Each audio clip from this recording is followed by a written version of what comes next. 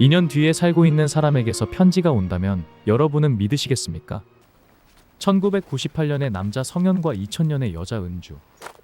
같은 장소, 하지만 다른 시간 속에 살고 있는 두 남녀를 잇는 유일한 통로는 단 하나, 바닷가의 낡은 편지 한 뿐입니다.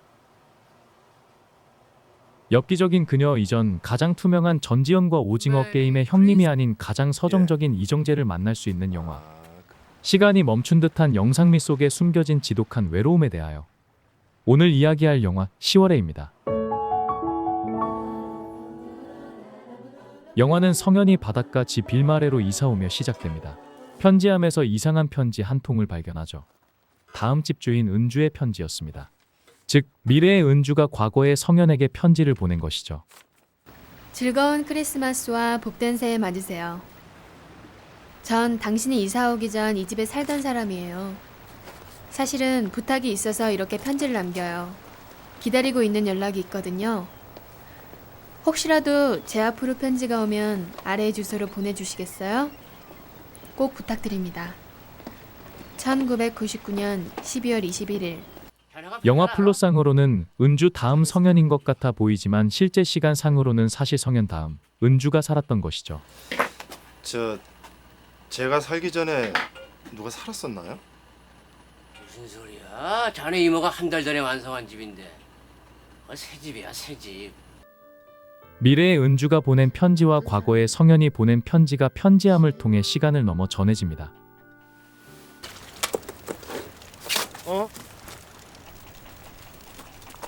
야! 야, 강아지야!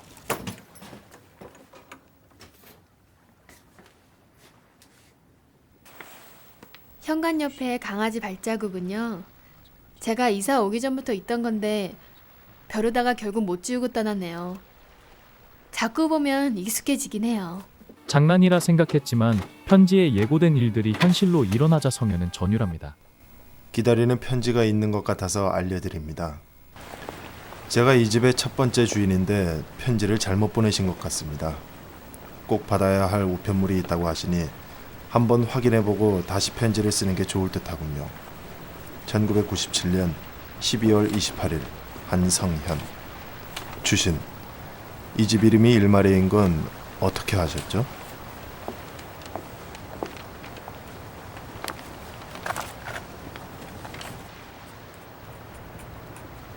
어떻게 제 편지가 당신에게 가게 된 건지 모르겠지만 혹시 장난하신 거라면 일말에 도착하는 편지들을 그냥 놔둬주시겠어요? 부탁드립니다. 1999년 12월 29일 김은주. 설마 정말 97년도에서 편지를 보내시는 건 아니겠죠? 두 사람은 편지를 통해 일상을 공유하기 시작합니다.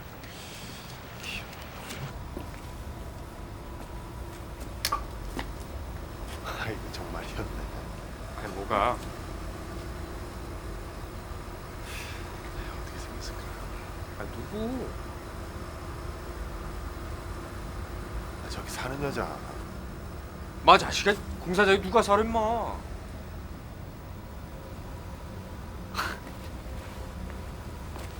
야, 성현아, 한성현, 야!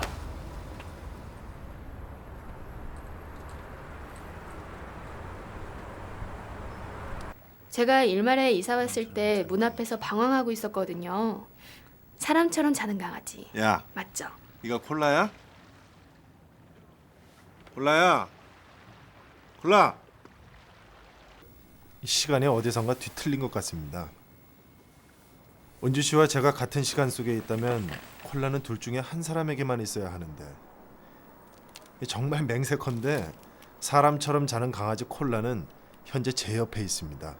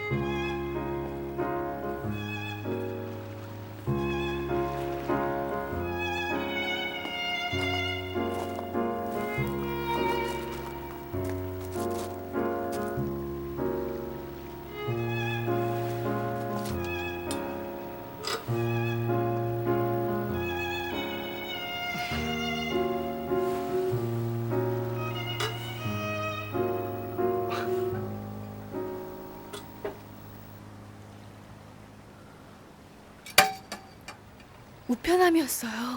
우편함. 그래요. 우편함 때문이었어요.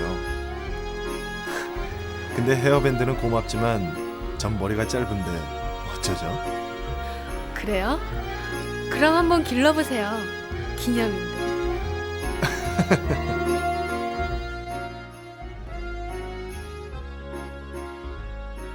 은주는 잃어버린 녹음기를 찾아달라 부탁하고 98년도에 아쉬운 일이요? 가장 친한 언니가 꼭 성우되라고 하면서 사준 녹음기 잃어버렸던 거요. 일기를 보니까 그날이 2월 11일이었는데 그땐 제가 성우 연습실이 중앙역 뒤에 있어서 매일 사당역 막차를 타고 집에 갔거든요. 항상 남쪽 끝 벤치에 앉아서 전철 기다리곤 했는데 그날 사고를 친 거죠.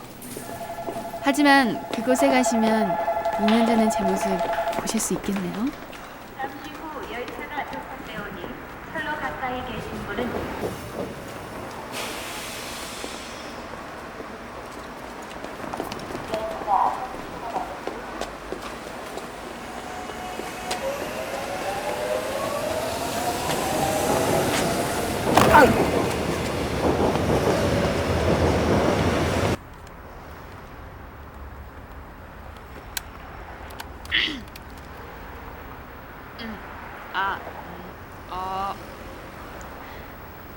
사랑해요.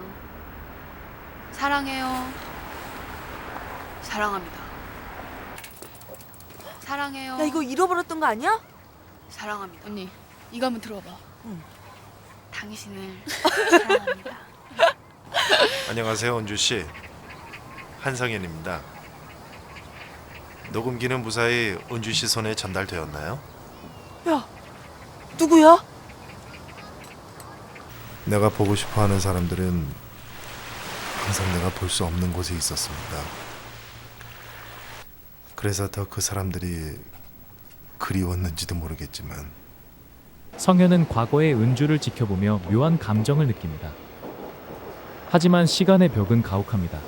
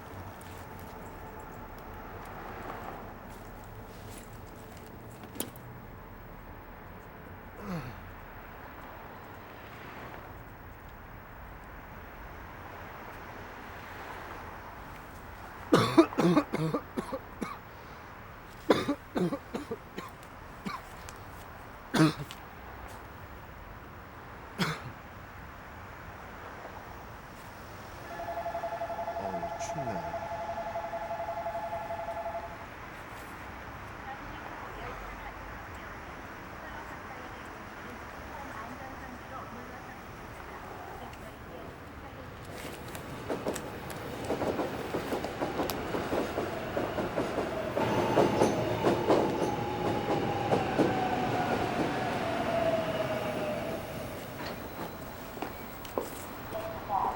저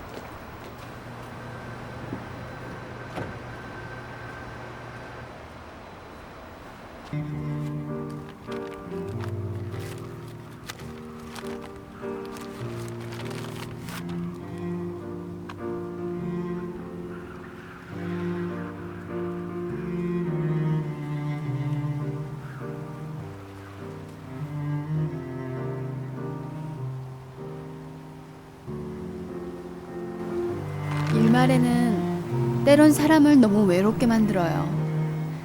제가 살 때도 가끔 그랬거든요. 성현 씨, 시간 있으세요? 은주 씨를 만나고 싶습니다. 은주 씨가 괜찮다면 말입니다. 제가 평생 동안 살고 싶은 곳이에요. 아마 성현 씨도 이곳을 보게 되면 집을 짓고 싶을 거예요. 아참, 만날 날은요. 2000년 3월 11일 3시고요. 장소는 산호사해변. 2000년 3월 11일 토요일이네. 날짜 잘 기억하세요. 둘은 성현의 시간으로 2년 뒤, 은주의 시간으로 일주일 후에 만나기로 약속하지만 그곳에 성현은 없습니다.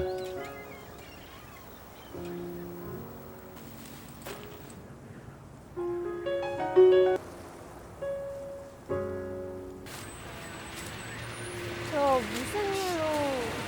아니요. 그냥 여기에 집 지으시나 봐요? 네. 여기에 사실 분이세요? 아니요, 저는 공사 때문에 왔어요. 근데 왜 그러세요? 그냥 궁금해서요. 누가 이런 곳에 살게 될지. 선배가 설계한 집이에요. 이곳이랑 잘 어울릴 것 같죠? 사랑하는 사람을 위해서 설계한 집이거든요. 네.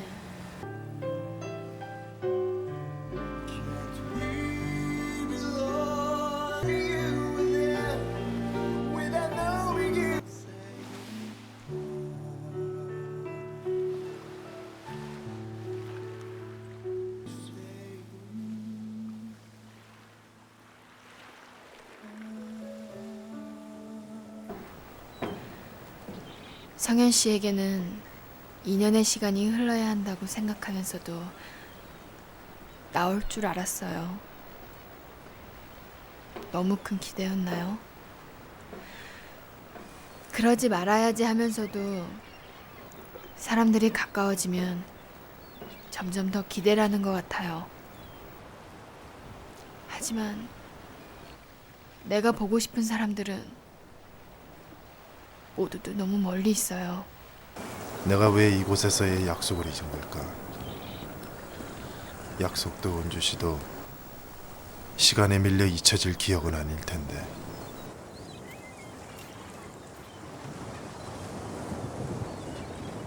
또 은주는 헤어진 연인과의 이별을 막기 위해 성현에게 위험한 부탁을 하게 되죠. 잊어버렸다고 생각했어요. 그런데 그 사람 목소리 듣는 순간 그동안의 노력이 아무 소용이 없어졌어요. 그 사람이 다른 사람을 사랑하고 있고 그걸 제가 알고 있다는 게 너무 힘들어요. 더 이상 제 마음을 막을 수가 없어요. 그 사람이 떠나가지 않게 도와주세요. 이런 부탁해서 정말 미안해요.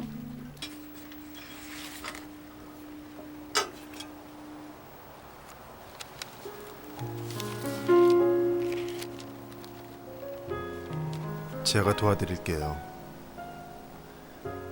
그렇게 힘들었다면 일찍 이야기하지 그랬어요. 시간이 얼마 남지 않았네요. 은주 씨, 첫 번째 편지 기억하세요? 일말에서 행운이 가득하길 빈다고요. 은주 씨를 알게 된 것이 저에게는 가장 큰 행운이었습니다. 은주는 자신의 부탁 때문에 성현이 죽을 수 있다는 사실을 알고 오열합니다.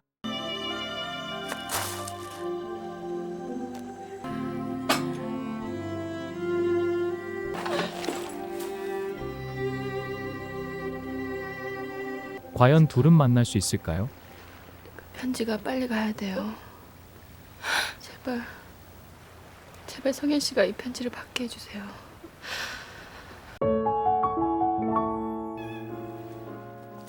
(1998년에) 성현이 편지함에 편지를 넣습니다. 그리고 2000년에 은주가 편지함 문을 열고 그 편지를 꺼냅니다. 물리적으로는 2년이라는 거대한 벽이 가로막고 있지만 이 우체통 안에서만큼은 시간의 중력이 사라집니다. 성현이 방금 써 내려간 온기가 채 식기도 전에 은주에게 전달되는 이 마법 같은 연출. 서로를 볼 수도 만질 수도 없는 두 사람이 오직 종이 위에 적힌 글자로만 연결되는 순간입니다. 이현승 감독은 정적인 우체통을 가장 역동적인 카메라 무빙과 장면 분할, 교차 편집으로 사랑의 통로로 탈바꿈시켰죠. 논리적인 설명은 필요 없습니다. 인연의 시차를 영초로 만드는 이 연출로 관객들은 이미 이들의 비현실적인 사랑을 믿기 시작하니까요. 가장 멀리 떨어져 있지만 세상에서 가장 가까이 맞닿아 있는 두 사람. 10월의 를 상징하는 최고의 일분입니다. 사랑하는 여자가 눈앞에 있는데 그녀는 나를 전혀 모릅니다. 지금 성현의 눈앞에 있는 은주는 2년 전의 은주이기 때문이죠. 성현에게 은주는 매일 편지를 나누는 가장 가까운 사람이지만 이 시간 속에 은주에게 성현은 그저 스쳐 지나가는 낯선 행인일 뿐입니다. 애틋하게 이름을 불러보고 싶고 손을 뻗어 붙잡고 싶지만 성현은 멈춰설 수밖에 없습니다. 내가 아는 그녀를 아직 나를 모르는 과거의 모습으로 마주해야 하는 이 잔인한 엇갈림. 우리가 만날 수 있을까요? 라는 질문에 대한 가장 슬픈 대답이자 시간 여행자가 감당해야 할 지독한 외로움을 보여주는 장면입니다. 난 아직도 은주 씨에게 모르는 사람인가요?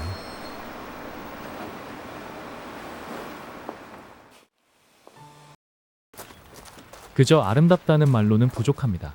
갯벌 위에 외롭게 세워진 집, 일말에. 10월에 이전의 한국 영화들이 빡빡한 스토리에 집중했다면 밀레니엄의 시작과 함께 찾아온 이 영화는 보여주는 것에 모든 공을 들였습니다. 인물의 감정을 대사 대신 공간의 분위기로 설명하는 것, 소품 하나, 배경의 색감 하나가 영화의 주제가 되는 탐미주의의 시작이었죠. 감독은 일말에라는 공간을 단순한 배경이 아닌 두 남녀의 외로움과 그리움 그 자체로 그렸습니다. 스토리가 다소 천천히 흘러가더라도 이 압도적인 영상미 속에 머무는 것만으로도 충분히 가치 있는 영화. 한국 영화가 미장센과 시각적 스타일에 눈을 뜨기 시작했음을 알리는 아름다운 선언과도 같은 장면입니다. 홀로 서 있는 것처럼 보이던 일말애가 그토록 따뜻하게 느껴졌던 건 그 사랑이 담긴 곳이었기 때문이었어요.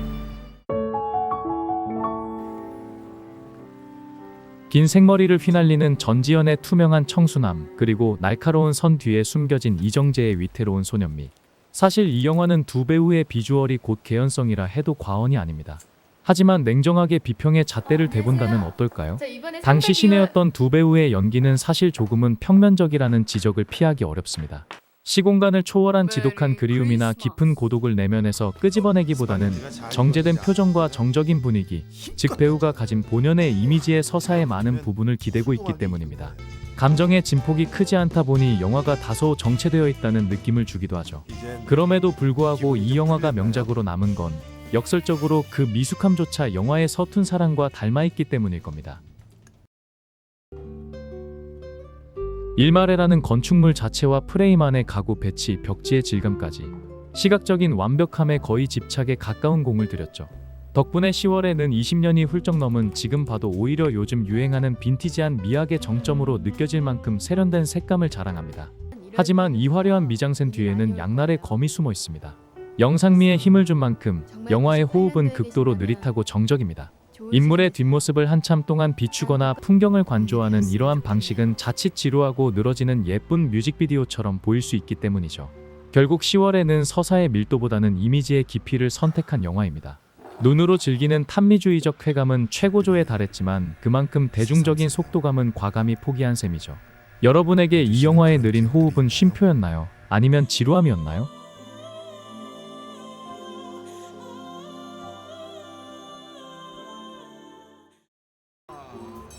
이 영화는 단순히 잘 만든 멜로를 넘어 한국 영화사의 한 획을 그은 작품입니다. 바로 한국 영화 사상 최초로 할리우드의 리메이크 판권이 팔린 기록적인 사례이기 때문이죠. 당시만 해도 한국 영화가 세계 시장, 그것도 영화의 본고장 할리우드에 스토리를 수출한다는 건 상상하기 힘든 일이었습니다. 하지만 10월에가 가진 시공간을 초월한 편지라는 독창적인 설정은 워너 브라더스의 마음을 단숨에 사로잡았고 결국 키아누 리브스와 산드라 블록이라는 대스타를 내세운 2006년작 레이크하우스로 재탄생하게 됩니다. 이는 한국 특유의 그리움과 기다림이라는 정서가 전 세계 관객에게도 통할 수 있다는 걸 증명한 첫 번째 승리였습니다.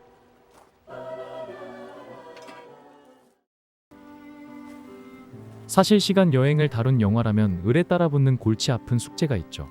바로 타임 패러독스, 즉 시간의 인과관계 설정입니다. 하지만 냉정하게 말해서 10월에는 이 과학적 논리에 대해선 지독할 정도로 불친절한 영화입니다. 과거의 행동이 미래를 어떻게 바꾸는지, 왜 하필 그 우체통만 시간이 비틀려 있는지에 대해 영화는 구구절절 설명하려 하지 않습니다. 논리적인 개연성을 꼼꼼하게 따지는 관객들이라면 이게 말이 돼? 라며 고개를 갸우뚱할 수밖에 없는 허점들이 곳곳에 보이죠. 우편함이었어요. 우편함. 그래요. 우편함 때문이었어요.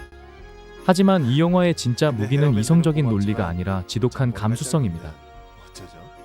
감독은 머리로 이해하는 영화가 아니라 가슴으로 느끼는 영화를 만들기로 작정한 듯 보입니다. 10월에는 그대 안의 블루의 감독 이현승과 기생충, 태극기 휘날리며 등 거장 감독들과 작업을 해온 독보적 촬영의 홍경표 촬영 감독의 연출 미학을 느낄 수 있는 영화입니다. 현대적 관점으로는 투박하지만 미장센에 공을 들이기 시작한 한국 영화의 한 단계 도약을 10월에서 느낄 수 있답니다.